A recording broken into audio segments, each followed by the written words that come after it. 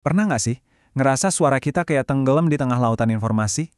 Anda punya ide-ide brilian, punya semangat yang besar, tapi kok rasanya susah banget buat nembus? Nah, hari ini kita akan bedah tuntas gimana caranya membangun pengaruh yang nyata. Ironis banget kan, justru di zaman kita paling terhubung secara digital, kita malah paling kangen sama koneksi manusia yang apa adanya. Kutipan ini benar-benar menangkap paradoks zaman kita. Kita semua haus akan suara manusia yang tulus. Nah, perasaan kewalahan ini tuh bukan cuma imajinasi Anda loh. Ini adalah kenyataan hidup modern yang kita hadapi bareng-bareng. Kita semua dibanjiri info, ngerasain tekanan buat nyaring semua itu. Pertanyaannya, gimana kita bisa jadi pemimpin di tengah kekacauan ini? Dan, ya, ini dia nih inti masalahnya. Semua orang yang mau kita pengaruhi, atasan kita, pelanggan kita, tim kita, mereka juga ngerasain hal yang sama. Jadi, kunci buat bisa memimpin dan ngasih dampak adalah jadi orang yang suaranya bisa menembus semua kebisingan itu. Oke, terus gimana dong caranya? Jawabannya ada di sebut saja, cetak biru. Sebuah kerangka kerja yang kita rangkai dari berbagai pemikiran para ahli. Ini bakal jadi panduan kita, langkah demi langkah, buat membangun pengaruh yang otentik dan kuat. Yuk kita lihat petanya.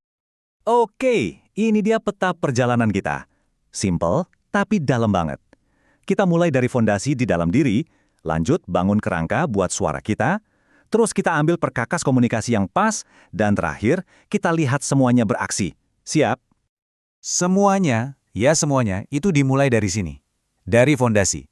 Karena sebelum kita bisa memengaruhi dunia di luar sana, kita harus, wajib, menguasai dunia di dalam diri kita dulu. Kita mulai dari ruang mesinnya otak kita, yang para ilmuwan sebut fungsi eksekutif. Anggap aja ini kayak CEO di dalam kepala Anda, yang tugasnya ngatur rencana, jaga fokus, dan nyambungin antara pikiran dan tindakan. Penting banget. Kelihatannya sepele ya. Fokus, berpikir kritis, komunikasi. Tapi jangan salah, ini tuh benar-benar pilar utamanya. Keterampilan-keterampilan inilah yang jadi penopang semua kesuksesan kita nanti. Tanpa fondasi ini, cetak biru kita gampang goyah.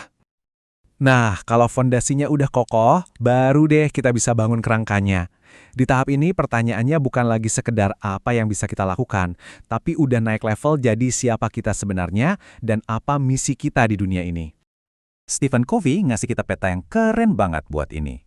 Suara unik Anda atau pengaruh terbesar Anda itu muncul di titik temu 4 hal ini. Bakat alami Anda, gairah yang membara, apa yang dibutuhkan dunia, dan panggilan nurani Anda. Disitulah keajaiban terjadi. Dan ini nih bagian yang paling penting. Menemukan suara kita itu bukan buat pamer. Justru, itu adalah alat paling ampuh buat memberdayakan orang lain. Pengaruh sejati itu bukan pas kita bersinar sendiri, tapi pas kita bisa bikin orang lain melihat betapa berharganya diri mereka. Oke, fondasi udah ada, kerangka udah berdiri. Terus gimana cara membangunnya? Ya, kita butuh perkakas yang pas. Disinilah komunikasi memegang peranan kunci. Gimana cara mindahin ide cemerlang dari kepala kita ke dunia nyata? Nah, buat urusan ini, kita coba intip dapurnya Amazon. Prinsip komunikasi nomor 1 di sana, kesederhanaan. Bukan tentang terdengar paling pinter, tapi tentang jadi yang paling mudah dimengerti. Itu kuncinya. Lihat deh bedanya. Jauh banget kan?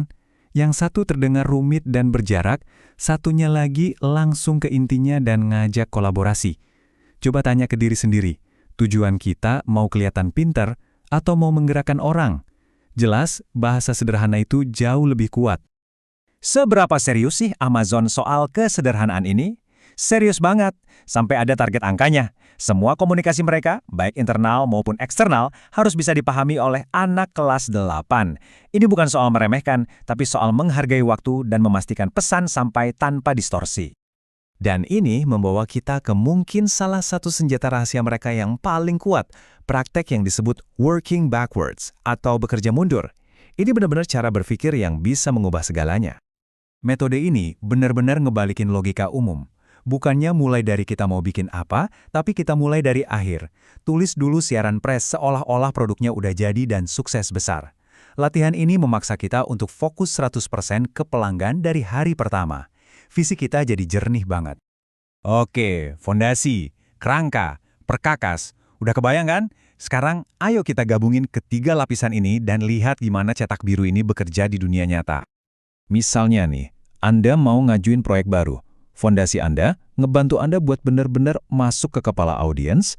Kerangka kerja Anda mastiin proyek ini sesuai sama nilai dan semangat Anda. Dan perangkat Anda ngasuh cara yang paling efektif buat nyampein idenya. Kelihatan kan? Semuanya saling nyambung, saling nguatin. Jadi, setelah semua ini, apa artinya buat kita? Buat warisan yang pengen kita tinggalin nanti? Jadi gampangnya gini, ada 4 hal penting yang perlu kita pegang dari cetak biru ini. Pertama, kuasai diri sendiri mulai dari dalam. Kedua, temukan suara otentik Anda. Ketiga, berkomunikasilah dengan sangat jelas. Dan keempat, terus ulangi proses ini untuk membangun warisan yang bermakna. Jadi, pertanyaannya sekarang udah bukan lagi gimana caranya, tapi apa? Cetak birunya sudah ada di tangan Anda. Potensinya tanpa batas. Sekarang giliran Anda untuk mulai membangun.